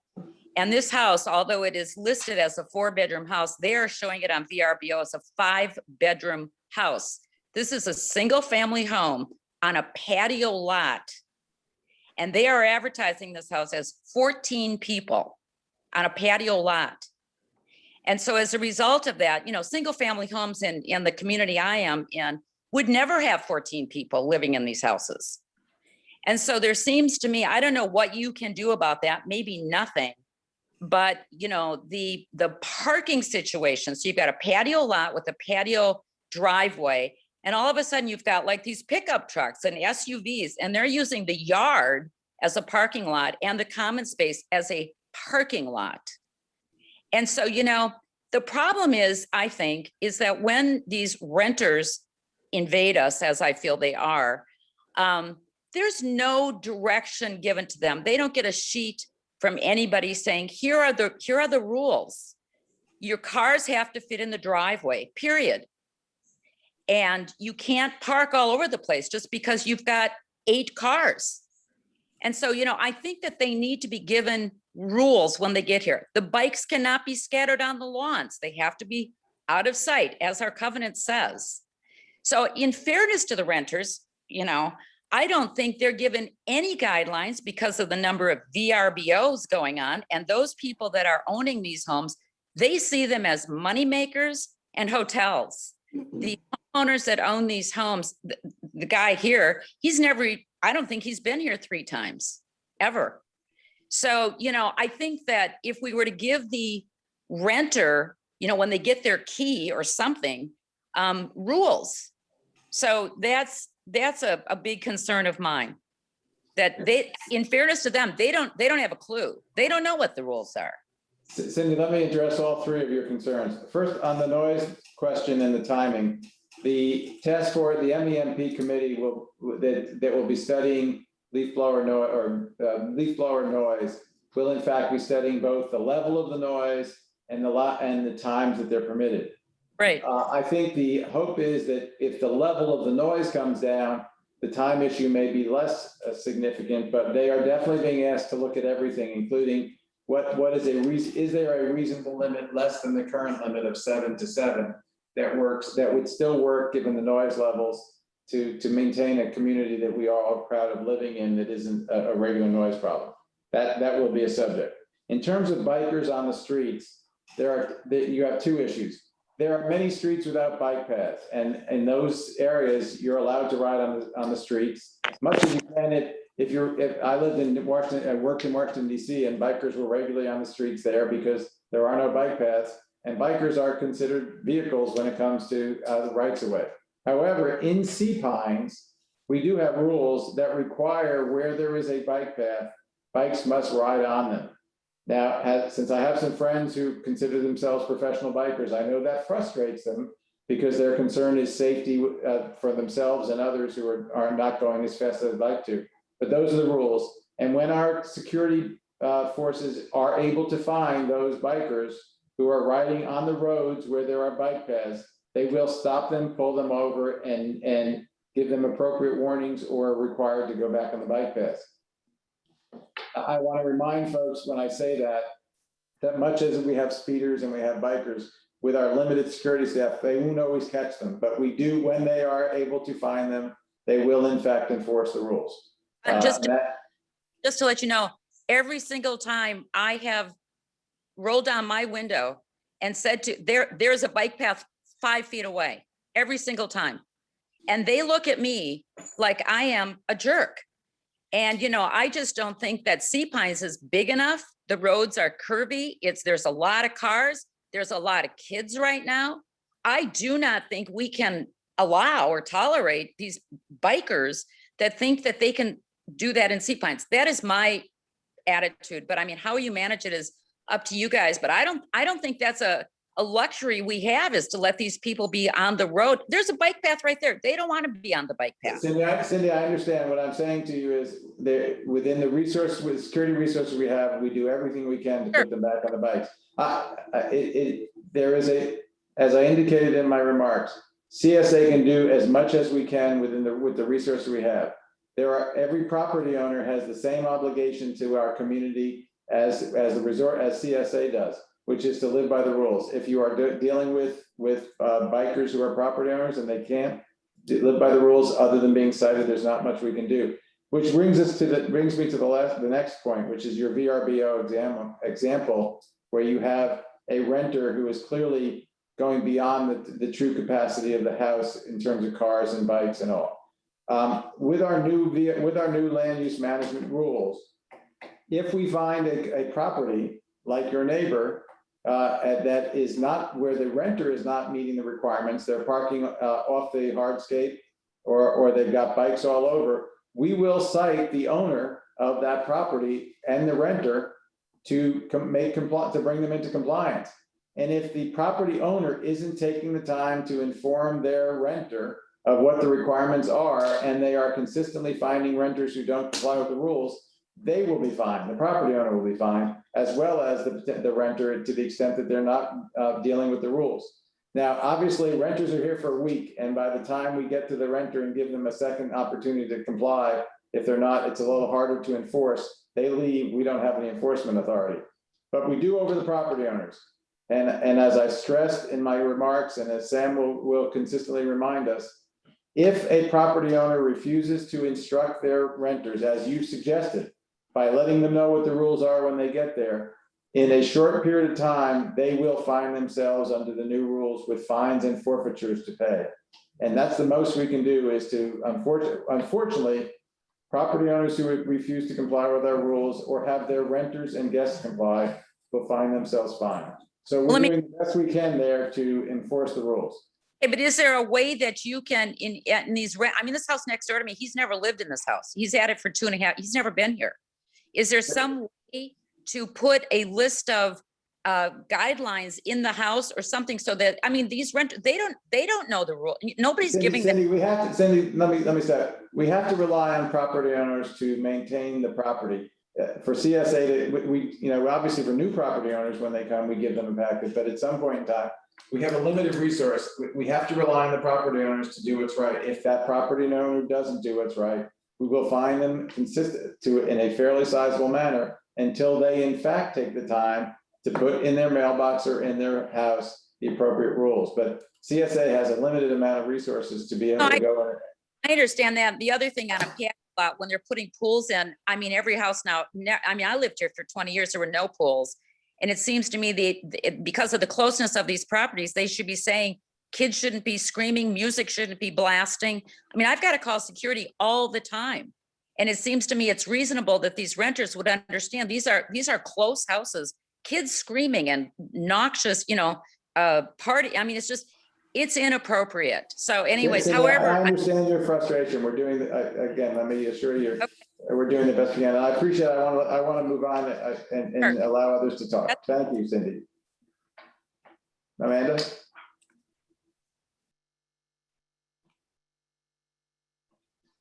There you go, Larry. Thank you again, Cindy. The next question that we have, we're going to try to see if we can get Mr. Quinn back on the line. Thank you. I have welcomed you back. If you can unmute yourself, we'll get you welcomed to speak. Can you hear me, Bob? Bob, you need to unmute yourself.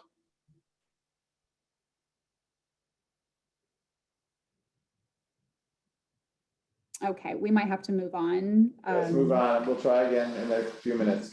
Yes, sir. Thank you.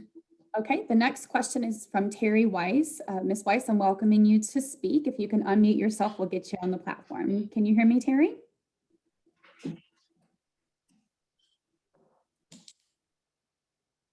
Terry, you need to unmute. We'll give her just a second. Sorry. We can hear you now, Terry. Great, thank you. I'm having some technical deficiencies. My question has to do with ARB and its parent ARC. which Paula made reference to earlier about its outsized influence.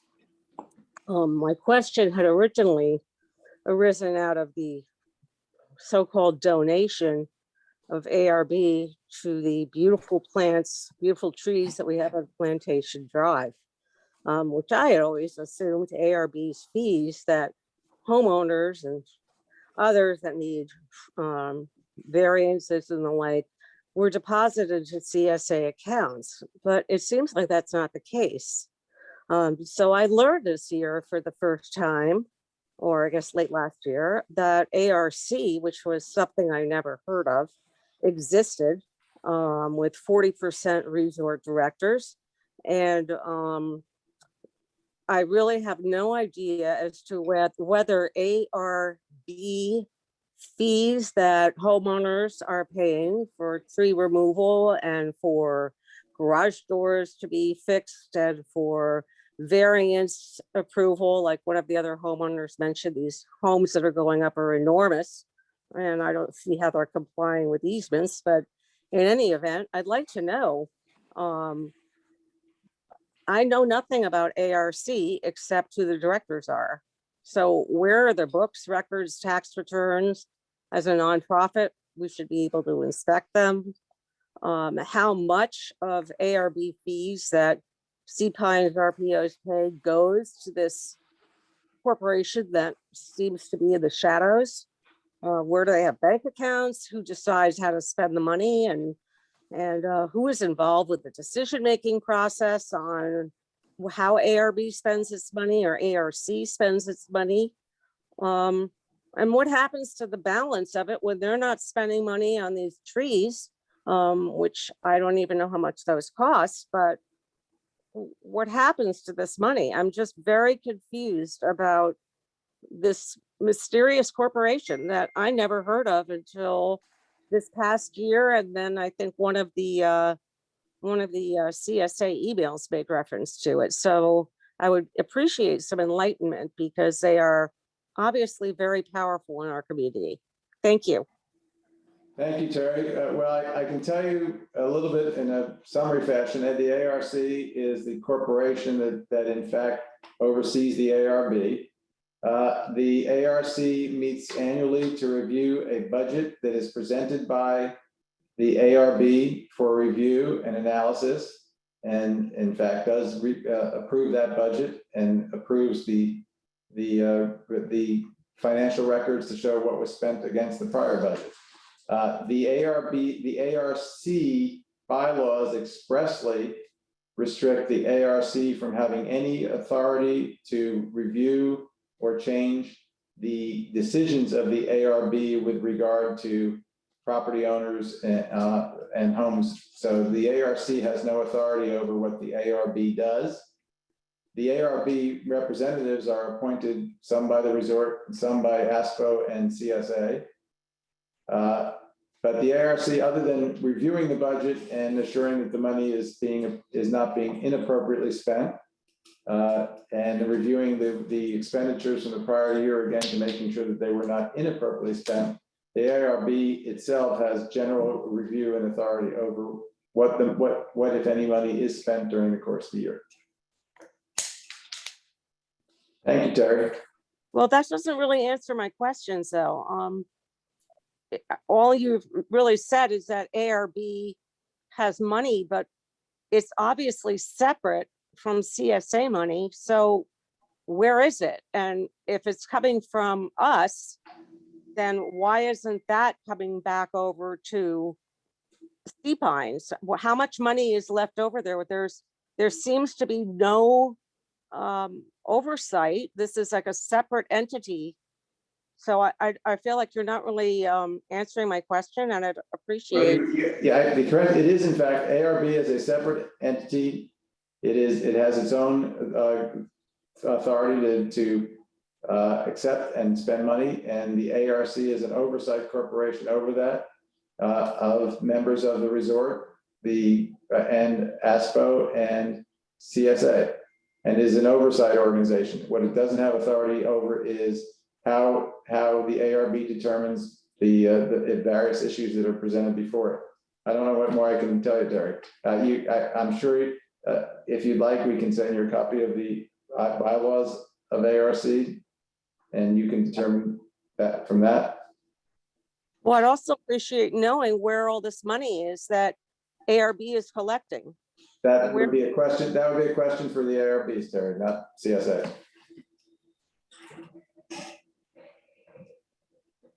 Thank you. Thank you again. The next question comes from Alex Cruden. Alex, I'm welcoming you now. And if you can unmute yourself, we'll get you ready. Morning, Alex. Good morning, and thank you for this meeting and all of the information and willingness that you're presenting. And Mr. Borghesi's thorough presentation,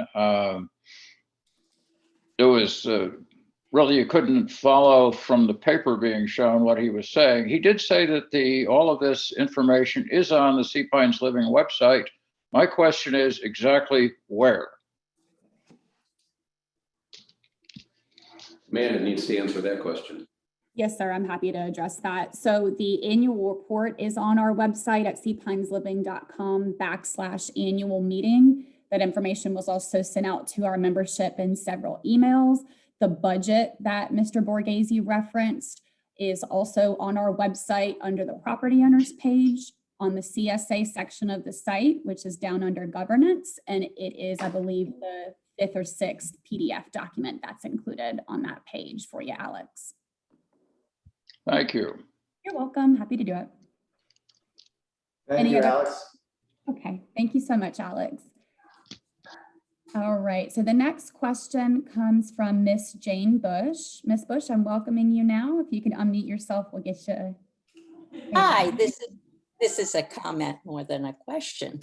I just like to point out that when the views of all residents are at least taken seriously and not dismissed as just being contrary or negative, a referendum like this last one can easily pass with 80% plus in favor, unlike the one before that failed because so many folks felt that their views were dismissed out of hand.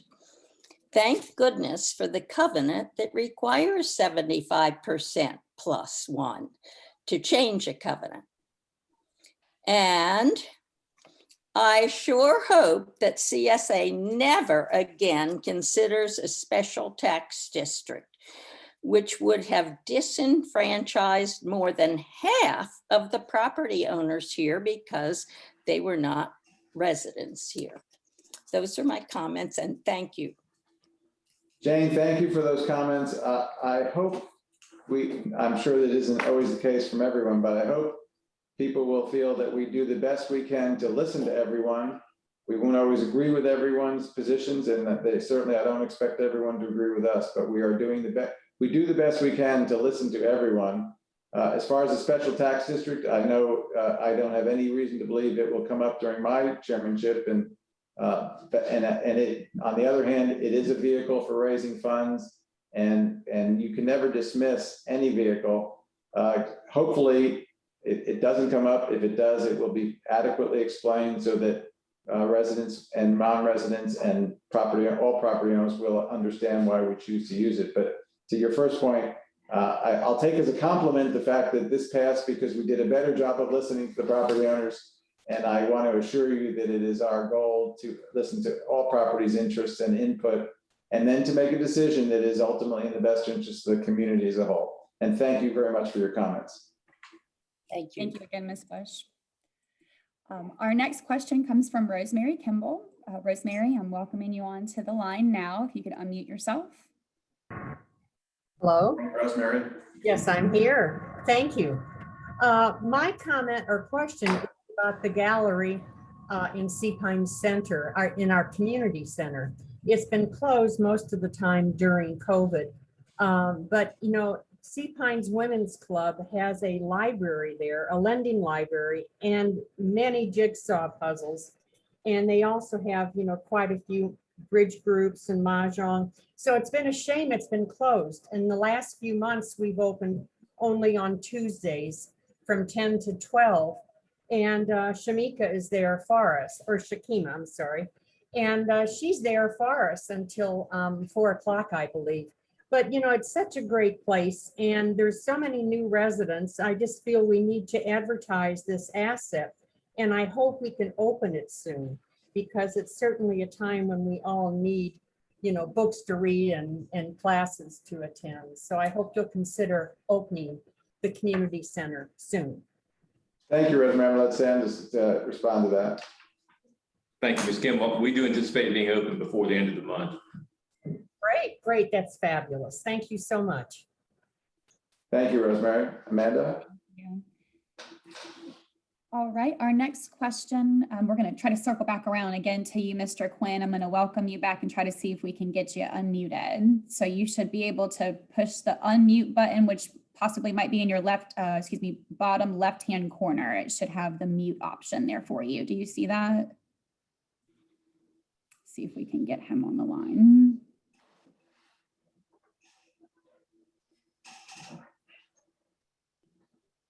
Okay, so I am having some difficulty with joining Mr. Quinn, so I'll try to circle back around to him again. My apologies. Why don't we leave him to the end so we can take the Yes, time sir. to get it right. Thank you. Yes, sir. Okay, so the next question comes from Mr. John Stevens. Mr. Stevens, I am welcoming you to the meeting. If you would like to unmute and get us joined. Good morning. Morning, John. Thank you, Amanda, Larry, and Sam. We rented long-term for the winter in Sea Pines the last 3 years. And we liked it so much that when we retired from Buffalo, we bought a home on Wood Duck Road. And so we are one of those people, Larry, that you point to and remind all owners of that, you know, a lot of us started as renters, love the place, and now we're homeowners. And I just want to highlight two things. One, the employees of CSA, when we came down in December and we received our IDs and our card decals, all of the interactions were extremely positive. Secondly, I think the employees at the main gate and probably the Ocean Gate, I just don't go through there very much, nor does my wife, are incredibly patient, incredibly friendly, and are to be really appreciated and commended. It's a terrible job that they have to deal with the congestion coming through the main gate, and I think they do a great job. I've been waving at them for 4 years, so thank you. Go ahead. Thank you for those comments. Go ahead. Yeah, the main issue of concern that I've had is obviously the visual or the lack of aesthetics of the gallery of shops for the 4 winters we've been coming here. I'm thrilled to hear, Sam, that it's a huge challenge and priority, the Greenwood Corridor this year. And it would be great to see that building either come down and be replaced by the Gate Pass Center or whatever plans you guys have to alleviate some congestion. Net is, I'm thrilled that it's a big priority for you. I have grave concerns, as do many people, about the visual appearance of the building. It's just a real bummer when you look at it. And lastly, if I can be of help in any way, shape, or form on your Greenwood Corridor team, arms and legs, time, etc., let me know, Sam. Thank you very much, Mr. Stevens. Thank you for comments on the employees as well. And on occasion, I will go up and sit with those folks in the gate, the Greenwood Gate, and they have one of the toughest jobs in the organization. So thank you for recognizing that. Yep, sure. Thank you, John. And before we take another question, I do want to note something that Sam introduced fairly early in his tenure here, which was given the limited security staff we have that are what I call the gun toters, who are the folks that can actually enforce our rules on our roads and our properties. Sam said there was no real reason that we should ever have gun toters at that gate, because the gate, when you think about it, really is our welcome center. It's a hosting event, and so he changed the way that gate was manned with people who are in fact trained to be friendly and courteous and patient. probably more patient than most of us are in our cars. And I kudos to that. In fact, I'm always disappointed when I know there are staffing shortages and I see what I call a gun toter, a licensed officer there, because it's so much nicer to have a much better presence than when you don't see someone with a gun saying hello, you see a friendly face. So thanks to Sam, and thanks again, John, for those comments. Yes, sir. Amanda, next. Thank you again, Mr. Stevens. Our next question comes from Mr. Mike Harold. Mr. Harold, I'm welcoming you now. If you can unmute yourself, we'll get you set up. Mike, if you can unmute.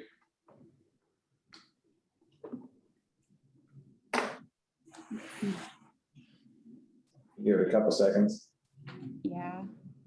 Mr. Harold, I have asked you to unmute. If you could just click that button in the bottom left-hand corner, you should be able to unmute yourself.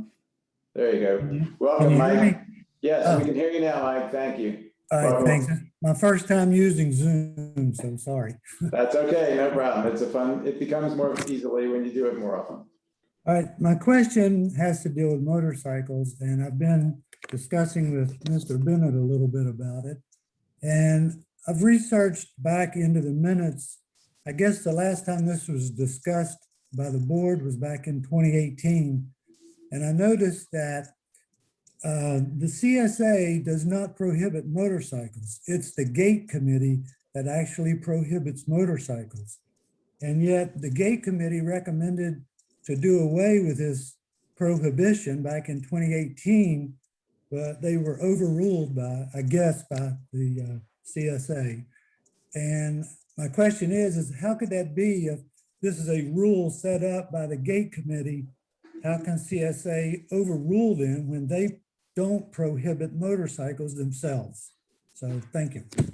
Mike, thanks for that question. Actually, the gate committee is a committee of the board, and the board has the final decision on all recommendations from the gate committee, other than the actual gate agreement rules that apply to the fees.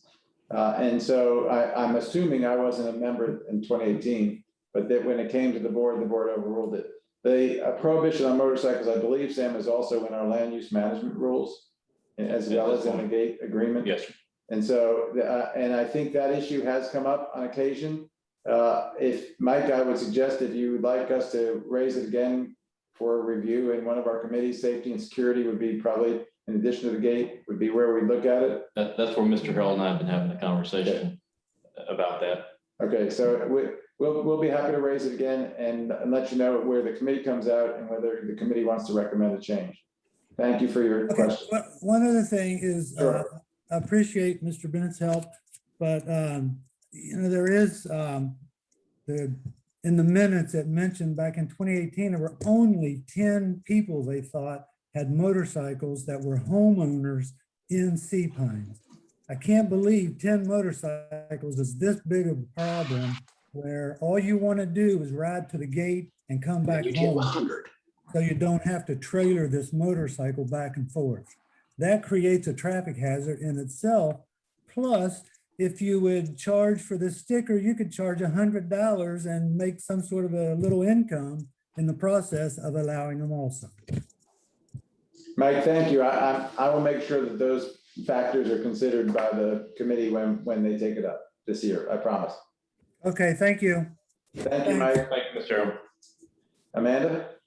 Yes, sorry. The next question comes from, looks like Carl Becker. Carl, I'm welcoming you to the platform now. If you can unmute yourself, we'll get you joined. Morning, Carl. Got to unmute again. There you go. Good morning. I want to express our appreciation for both boards and for the staff. This has been our home for almost 30 years, and you all are doing a wonderful job. I have just one concern I would like to express, and that is with the recent enactment of the land use plan that provides for the imposition of fees. The covenants have enforcement language in most of them. For example, in the 1974 covenants, in Article 5, Section 2, it says enforcement of the covenant shall be, not maybe, but shall be by any proceeding at law or equity against the person or persons violating or attempting to violate or circumvent any covenant. Nowhere in the covenants is there any mention of fines. And for the benefit, I approve of the concept of having fines and having the power in CSA to levy fines. But unless I am missing something in the state law, I think it's highly dubious without a covenant amendment that CSA has the right to levy fines. And I would encourage you to think about next time you go forth with a proposed covenant amendment, you at least have the members of the community ratify the imposition of fines. Thank you. Thank you, Carl. If I can respond in two respects. One is I think it's a great idea if we were to include a provision relating to our enforcement of the fines to make them binding on the land. That would give us an additional level of enforcement. But and according to our council, because of course we asked outside counsel to assure this, the South Carolina Nonprofit Corporation Act does provide us with the power to levy fines and forfeitures. The difference is, unlike a failure to pay our assessments, where we can actually impose a lien on the property, if we need to, we would have to follow those fines by suing the property owner in civil court for the money. My goal is, of course, never to have to impose fines and certainly never to have to sue the owner. But as we've seen in probably a half a dozen or less cases, there will be situations where property owners simply ignore us or fail to get their renters to follow the rules, and we will have to pursue that. But I appreciate that suggestion that we in fact look at a covenant change, if and when we go for a covenant change, to include that endorsement. Thank you. Amanda? Thank you, Mr. Becker. The last question, we're going to try again with Mr. Quinn one more time and see if we can get him connected. So Mr. Quinn, I have welcomed you again to the platform.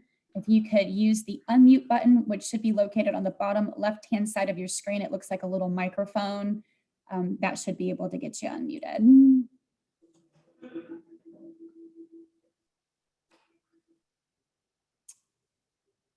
Okay, we have a couple of Bob Quinns. Got to unmute. Yeah, I'm asking both of them to unmute. And while Bob is trying to unmute, we did have, I think, a couple of questions that came in advance of the meeting that came in by email. One asked for the status of the litigation in the referendum, and I would like to at least address that for the folks that answered it. The question was, in fact, we have been sued by one of our property owners to invalidate the critical infrastructure referendum based on their claim that the referendum was procedures we followed in calling the referendum were not appropriate. CSA has opposed that effort, obviously. Currently, CSA has pending a motion for summary judgment, and the plaintiff has a pending motion for discovery before that summary motion is heard. As with all litigation, the timing of a resolution of these motions or the case as a whole is impossible to determine. CSA and our counsel remain confident that the referendum results will be sustained by the court, hopefully well before the referendum assessment is scheduled to be billed to property owners for election in 2022. Beyond that, we can't discuss the specific merits other than to, again, confirm that the matter is pending before the court. There are motions pending before the court, and we are confident that we will ultimately prevail. Thank you, Larry. We were able to get Mr. Quinn unmuted. Great. Thank you, Bob. Welcome. Bob, can you hear us? He has unmuted himself. I can at least see that on my screen, Larry. Okay, well, while we're waiting for Bob, there was one other question that was asked by a property owner in advance of the meeting, asking why we cannot take the word plantation out of its use in the community. We don't use the word plantation in any way with regard to the Sea Pines community. We refer to ourselves as Sea Pines or the Sea Pines community and not Sea Pines Plantation. On the other hand, as for its use on commercial properties and on our roadways, CSA doesn't have the power to require the change of name. That power exists in the commercial entities and in the parties that have the power over the master plan, which is not CSA. So we've done all we can to assure that the use of the word plantation is not used with Sea Pines. But as for the various villas, roads, and other commercial enterprise that use it, that's entirely within the domain of the owner of that property. I believe those were the questions that came in that we didn't hear about otherwise during the meeting. Bob, Mr. Quinn, are you there? And can you hear us? And can you respond?